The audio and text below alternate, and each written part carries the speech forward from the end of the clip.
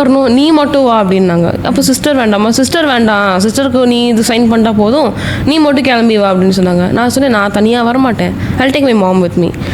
நான் எங்கே போனாலும் அம்மா அப்பா இல்லை யாரையாச்சும் ஒருத்தவங்க கூட்டிகிட்டு போவேன். ஸோ நான் என் மம்மி கூட்டிகிட்டு வரேன்னு சொன்னது ஓகே சொல்லிட்டாங்க. சரி ஓகேன்னு சொல்லிட்டு நாங்கள் கேரளா இம்மிடியேட்டாக கிளம்புறோம். இது 2-3 டேஸில் இவ்வளோ நடந்து முடிஞ்சு இம்மிடியேட்டாக நாங்கள் கேரளா கிளம்பி போகிறோம். போயிட்டு அங்கே போனோடனே வந்து பிக்கப் பண்ணாங்க. பஸ் ஸ்டாண்டுக்கு நியர்லே, கொச்சினில் பஸ் ஸ்டாண்டுக்கு நியர்லே உள்ள ஒரு ஹோட்டலில் கூட்டிகிட்டு போய் ரூம் கொடுத்து உட்கார வச்சுட்டு சொல்கிறாங்க இந்த மாதிரி காஸ்ட்யூம் ஒவ்வொரு சாரீ மாற்றிட்டு வந்து ஆப்போசிட் ரூமில் என்னை வந்து நீ பாரு அப்படின்னு. அவர் ஒருத்தர் மட்டும் தனியாக ஆப்போசிட் ரூமில் இருக்கார், நான் மம்மி இந்த ரூமில் இருக்கோம். நானும் லூஸ் மாதிரி சாரீலாம் வேர் பண்ணிவிட்டு போயிட்டு ஒன்றுனா இது ஓகேவான்னு போய் அங்கே காமிச்சிட்ருக்கேன். அவரெல்லாம் ஒவ்வொரு வாட்டி ஒவ்வொரு ட்ரெஸ்ஸையும் அவர் பார்க்குற விதமே அப்போ வேறு மாதிரி இருந்துச்சு. நான் கம்ஃபர்ட்டாக ஃபீல் பண்ணல. பார்த்துட்டு ஓகே தான், நல்லா தான் இருக்குது. ப்ரொடியூசர் கிட்ட பேசினேன், இந்த மாதிரி வந்து அட்ஜஸ்ட்மெண்ட்டுக்கு கேட்குறாங்க அப்படின்னு. Producer side. அப்போது நான் சொன்னேன், நீங்கள் இனிஷியலாக நீங்கள் ஆரம்பிக்கும் போதே நான் இதெல்லாம் பண்ண மாட்டேன்னு சொல்லிட்டேன், இதெல்லாம் இருக்காதுன்னு சொல்லி தான் நம்ம அக்ரிமெண்ட் வரைக்கும் வந்தோம். இப்போ சைன் பண்ணவான்னு கூப்பிட்டுட்டு இந்த டைமில் வந்து நீங்கள் இந்த மாதிரி சொன்னீங்கன்னா இது என்ன, இது அர்த்தமே இல்லை, நான் கிளம்புறேன் அப்படின்னு சொன்னேன். இல்லைம்மா நான் பேசுகிறேன், அப்படி நீங்கள் போயிட்டு வேறு காஸ்ட்யூம் சேஞ்ச் பண்ணிட்டு வாங்க அப்படி. நான் வந்து இந்த சாரீ மாற்றிட்டு வேறு சாரீ கட்டிட்டு மறுபடியும் அந்த ரூமுக்கு போயிட்டு இது ஓகேவான்னு கேட்குறது. இந்த ஒரு 4 சாரீ அன்றைக்கி நான் மாற்றினேன். 4 சாரீ மாற்றின அந்த கேப்லேயும் ஒரு இது என்னை கன்வின்ஸ் பண்ணுறதுக்கு சில டாபிக்ஸ் ரெடி பண்ணி வச்சுருந்தார்.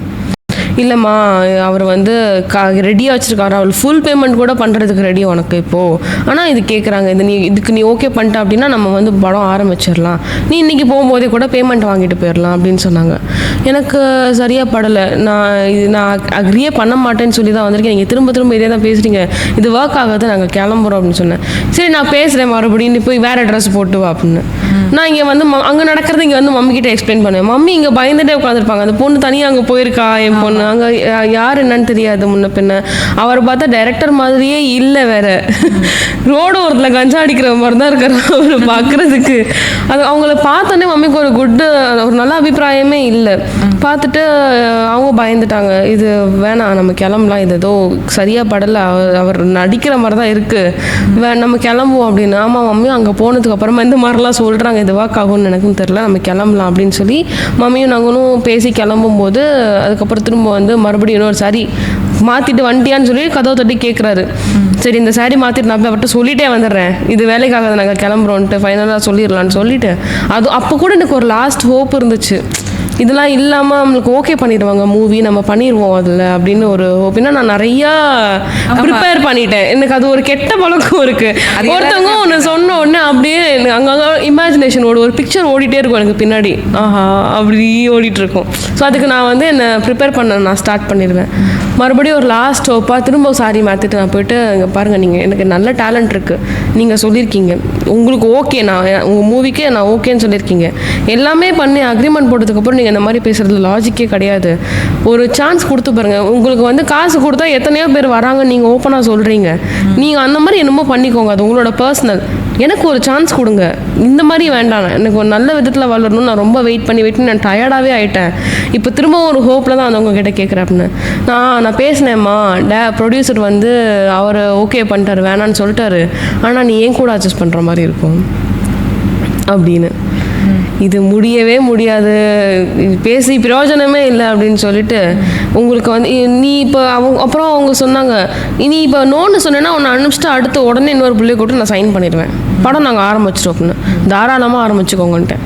இப்படி பண்ணி தான் நான் அந்த மூவி பண்ணணும்னு எனக்கு அவசியமே கிடையாது, வில்லிங்காக இருக்காங்க, கேர்ள்ஸ் இருக்காங்க, மூவி பண்ணுறதுக்கு ரெடியாக இருக்காங்க அப்படின்னா நீங்கள் தாராளமாக உங்கள் வேலையை ஆரம்பிங்க, என்னால் நீங்கள் வந்து டிலே பண்ண வேண்டாம், என்னால் உங்களோட ஒர்க் வந்து கெட வேண்டாம், நான் கிளம்புறேன், எனக்கு இது செட் ஆகாது, நான் கிளம்புறேன்னு சொல்லி உடனே நான் ட்ரெஸ்லாம் பேக் பண்ணி அப்புறம் லஞ்ச் கொண்டு வந்து கொடுத்தாங்க, லஞ்ச் சாப்பிட்ருங்க அப்படின்னு. அதை சாப்பிட நாங்கள் அவ்வளோ பயந்தோம். வேறு ஏதாச்சும் இருந்துச்சு, வேறு ஒரு ஊருக்கு வந்திருக்கோம், கேரளாவில் இருக்கோம் நாங்கள், எங்களுக்கு லாங்குவேஜ் தெரியாது, 2 பேர் தான் வந்திருக்கோம், நிறைய யார்கிட்டையும் எதுவுமே நாங்கள் சொல்லிக்கல, நான் மம்மி தங்கச்சி மட்டும்தான் வீட்டில் இருக்கோங்கிறனால யாருக்கும் எதுவும் நாங்கள் சொல்லிக்கல, நாங்கள் சரி ஓகே இது ஒர்க் ஆச்சு ஓகே ஆயிடுச்சுன்னு நம்ம சொல்லிக்கலாம் அப்படிங்கிற ஒரு தாட்டில் நாங்கள் யார்கிட்டையும் எதுவும் சொல்லாமல் நாங்கள் பாட்டுக்கு வந்து இது என்னன்னு பார்த்துட்ருக்கோம். அந்த டைமில் வந்து ஃபுட்டு கொடுக்குறாங்க, பயமாக இருக்குது எங்களுக்கு, சாப்பிடலாமா வேண்டாமா அப்படின்னு. நான் மம்மிகிட்ட சொல்லிட்டேன், கடவுள் விட்ட வழி. நீங்கள் சாப்பிட்றதுனா சாப்பிடுங்க, இல்லை நம்ம கிளம்புனா கிளம்பலாம். ஆனால் நம்ம சாப்பிடாம வச்சு போனால் அவர் என்ன தப்பாக நினச்சிக்க போகிறாரு அப்படின்னு அப்போ கூட நான் அவங்கள யோசிக்கிறேன். தப்பாக நினச்சிக்க போகிறாங்க, நம்ம அவ்வளோ யோசிக்கிறோன்னு சொல்லி அதெல்லாம் நினச்சிக்க போகிறாங்க, நம்ம சாப்பிட்டு கிளம்பிடுவோம் உடனேன்னு சொல்லிட்டு நாங்கள் உடனே அங்கே கொஞ்சமாக சாப்பிட்டுட்டு பேக் பண்ணிட்டு அவர்கிட்ட சொன்ன அந்த மாதிரி எங்களை ட்ராப் பண்ணிடுங்க, பஸ் ஸ்டாண்டில் கொண்டு போய் விட்டுருங்க, நாங்கள் கிளம்புறோம் அப்படின்னு. அப்போ சொன்னார், நீ எதுவும் கவலைப்படாமல் போ, நீ தான் அந்த படத்துக்கு ஹீரோயின், நான் முடிவு பண்ணிட்டேன், திறமையான பொண்ணு நீ அப்படின்னாங்க. சரி ஓகே, கால் பண்ணுங்கள், எதுவாக இருந்தாலும் எனக்கு அப்டேட் பண்ணுங்கள், ஆனால் எனக்கு இது வந்து நோ தான், நீங்கள் இது மறுபடியும் இதை பற்றி பேசக்கூடாது என்கிட்ட அப்படின்னு சொல்லிட்டு நாங்கள் பஸ் ஏறிட்டோம். உடனே ஒரு 2 hours கூட இல்லைங்க, 2 hours மறுபடியும் பஸ் ஏறிட்டோம். நாங்கள் தெரிஞ்சிருந்தால் நாங்கள் கொஞ்ச நாள் நாங்கள் இருந்து ஷாப்பிங் பண்ணிட்டு இல்லை அட்லீஸ்ட் நான் என்னோட ஷூட்டாச்சும் நான் முடிச்சுட்டு வந்துருப்பேன். அவ்வளோ தூரம் போயிட்டு ஆஃபீஸ்லாம் நமக்கு இருக்கிற 2 நாள் லீவில் நான் இங்கே ஷூட்டும் பண்ண முடியல என்னால். அந்த வீக் நான் வீடியோவும் போடல. இப்படி அலைஞ்சு அந்த 2 நாள் எனக்கு வேஸ்ட்டாக தான் போச்சு. வந்துட்டு மறுபடியும் ஆஃபீஸ் போகணும் நான். இந்த மாதிரி ஆனோடனே நாங்கள் ரொம்ப ரிட்டன் வரும்போது ரொம்ப டிஸப்பாயிண்டடாக நான் வந்தேன். ரிட்டன் வந்து அந்த அவர் மேலே எனக்கு அவ்வளோ கோவம். அப்போயும் நான் வந்து அவங்க நம்பர் பிளாக் பண்ணாமல் நான் ஹோல்ட் பண்ணேன். மேபி இது இன்னுமே இது உண்மையாக கூட இருந்து என்ன திரும்ப 2 நாளில் கால் பண்ணுவாங்களோ அப்படின்னு. கடைசியில் எந்த ரெஸ்பான்ஸுமே இல்லை, நான் அப்படியே விட்டுட்டேன். ஓகே, அதுக்கு இந்த மாதிரி இப்படி அப்ரோச் பண்ணுறது எதனாலன்னு நீங்கள் நினைக்கிறீங்க? மேபி இது நடக்கலாம்,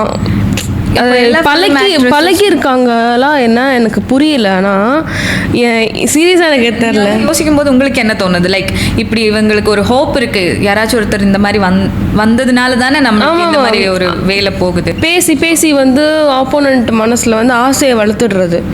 ஒரு பீரியட்க்கு அப்புறம் அவங்க ஆப்போசிட் இருக்கவங்களோட இது என்ன இருக்கும்னா, கஷ்டப்பட்டு நம்ம இவ்வளோ பண்ணிட்டு இருக்கோம், இது பண்ணாதான் நான் என்னோட இடத்த அடைவேன்னா சிலர் வந்து அக்செப்ட் பண்ணிப்பாங்க. யார் அக்செப்ட் பண்ணுவா? ஃபேமிலி பார்த்து நான் வந்து ஒரு இது கன்சர்ன் இல்லாதவங்க, எப்படி சொல்கிறது, ஒரு அம்மா அப்பா ஒரு குடும்பமாக வந்து ஒரு டீசெண்டான முறையில் நம்ம வளர்ந்து வந்திருக்கோம், ஒரு ஒரு சொசைட்டியில் பயந்து வாழ்வாங்க இல்லையா, அவங்க பண்ண மாட்டாங்க. இஷ்டத்துக்கு நான் இருப்பேன், நான் தான் இது பண்ணுவேன் வைப்பேன் அப்படின்னு சொல்லி யாரோடைய ஒரு தயவுமே இல்லாமல் வளர்றாங்கல்ல, அவங்க மேபி பண்ணாமல் இருக்கலாம். இண்டஸ்ட்ரியில் என்ன நடக்குதுன்னு எனக்கு தெரியாமல் நம்ம பேசவும் கூடாது யாரை பற்றியும், அது தப்பு.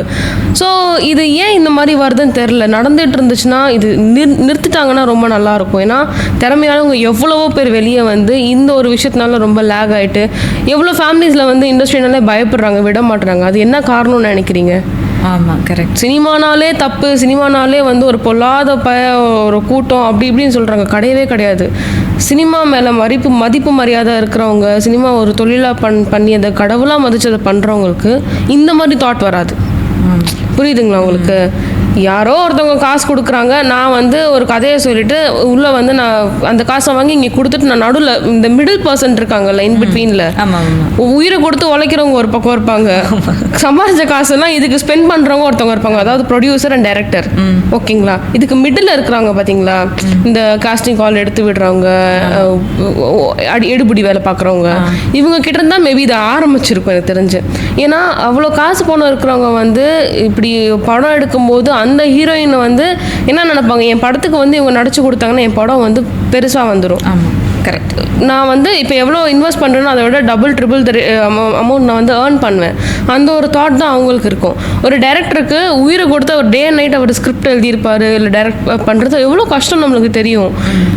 ஸோ அந்த மாதிரி வந்து வேலையில் மும்முரமாக இருக்கிறவங்க வந்து இந்த மாதிரி விஷயம்லாம் யோசிக்க மாட்டாங்க கண்டிப்பாக. நான் அதனால் அந்த ஒரு விஷயம் நான் வெளியே பண்ணுவேன். இது சொல்கிறாங்க, டைரக்டர் வந்து கூப்பிட்றாங்க கேட்குறாங்க. இப்போ நடந்திருக்கு பார்த்தீங்களா, ஒருத்தர் ஒரு ஃபேக்காக ஒரு ஆள் வந்து நான் டைரக்டர்னு சொல்லி இவ்வளோ தூரம் கூப்பிட்டு அது முடியாமல் நான் வந்து எஸ்கேப் ஆகி வந்துட்டேன். ஆனால் என் இடத்துல வேறு பொண்ணுங்க இருந்திருந்தாங்கன்னா என்ன பண்ணியிருப்பாங்க? காசு நம்ம போகும்போதே இப்போ வந்து நம்மளுக்கு 15 லட்சம் 20 லட்சம் தரேன்னு சொல்கிறாங்க. ஃபேமிலியோட சிச்சுவேஷனே மாறும்.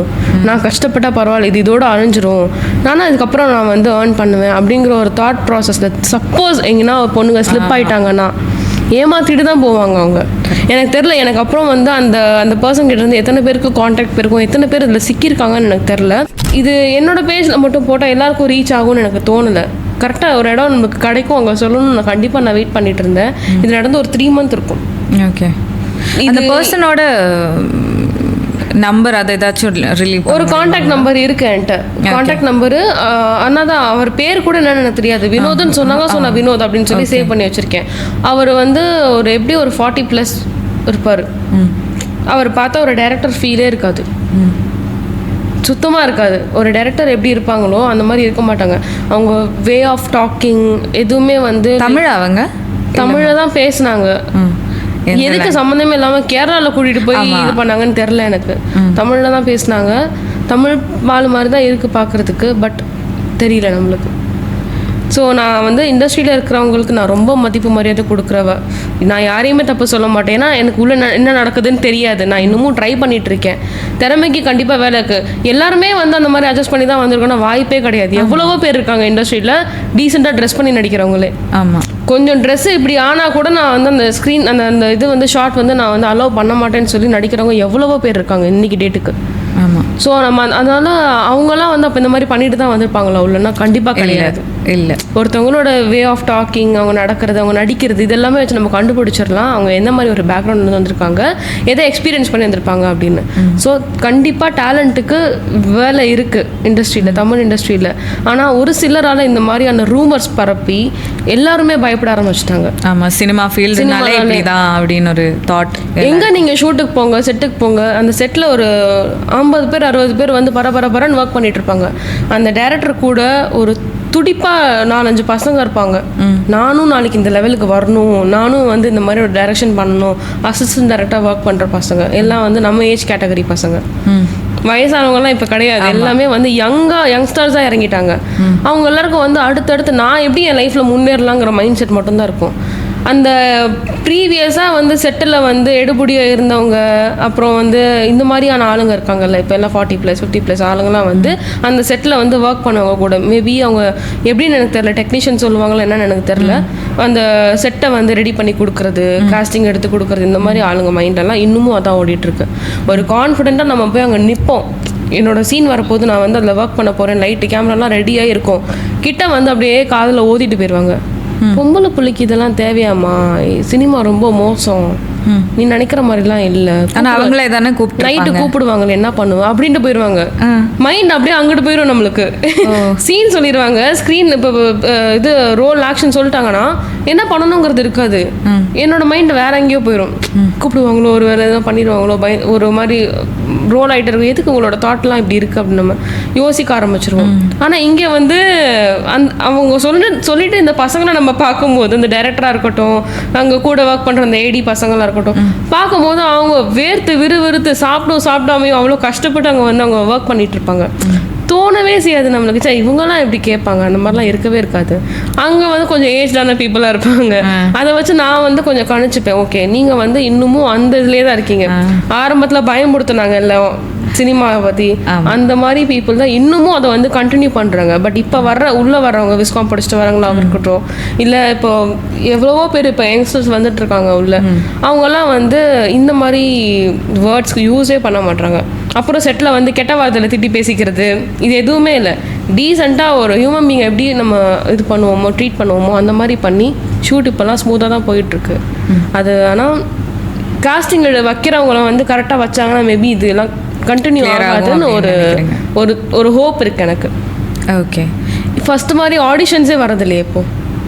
நோட் பண்ணுறீங்களா? முதல்ல வந்து சான்ஸ் கேட்டு போகணும் அப்படின்னா, நான் எக்ஸ்பீரியன்ஸ் பண்ணதில்லை, ஆனால் நான் கேட்டிருக்கேன், நான் வந்து பார்த்துருக்கேன். ஆடிஷனாக போய் ராப்பகலாக அந்த ஆஃபீஸ் முன்னாடியே உட்காந்துருப்பாங்க, செட்டே கதின்னு இருந்து அப்படி இப்படி கையை காலை பிடிச்சி நம்ம வந்து திறமையை காமிச்சு உள்ளே வந்துடுவோம். இப்போ ஆடிஷன்ஸே பண்ணுறதில்ல. ஏன் பண்ணுறதில்ல அப்படின்னா, ஆள் வர்றதில்ல, பயப்படுறாங்க. ஒன்று எல்லாத்துக்கும் ஓகே பண்ணுற கேர்ள்ஸ் வந்து அவங்க சொல்கிற மாதிரி அக்செப்ட் பண்ணிட்டு உள்ளே வந்துடுறாங்க. அப்படி இல்லைன்னா வந்து என்ன மாதிரி ஆளுங்க கொஞ்சம் பயந்து தயங்கி இப்படியே இருந்து அதனால தான் இப்போ சோஷியல் மீடியா, யூடியூப்லலாம் வீட்டுக்கு ஆக்ட்ரஸ் நம்மளால் பார்க்க முடியுது. ஃபஸ்ட்டெல்லாம் பார்க்க முடியாது. இப்போ வந்து நீங்கள் எல்லாருமே வந்து ஒவ்வொரு வீட்டில் அட்லீஸ்ட் ஒரு ஆளாச்சும் வந்து சோஷியல் மீடியாவில் வந்து ஆக்டிவாக இருப்பாங்க. அவங்களுக்கு வந்து நடிப்பு திறமை இருக்கும், இல்லை பாடுற திறமை இருக்கும், இல்லை டான்ஸ் பண்ணுற திறமை இருக்கும். டேலண்ட்டாக வந்து இப்போ நாங்கள்லாம் அந்த பிளாட்ஃபார்மை வந்து நாங்கள் அப்படி யூஸ் பண்ணிட்டோம்.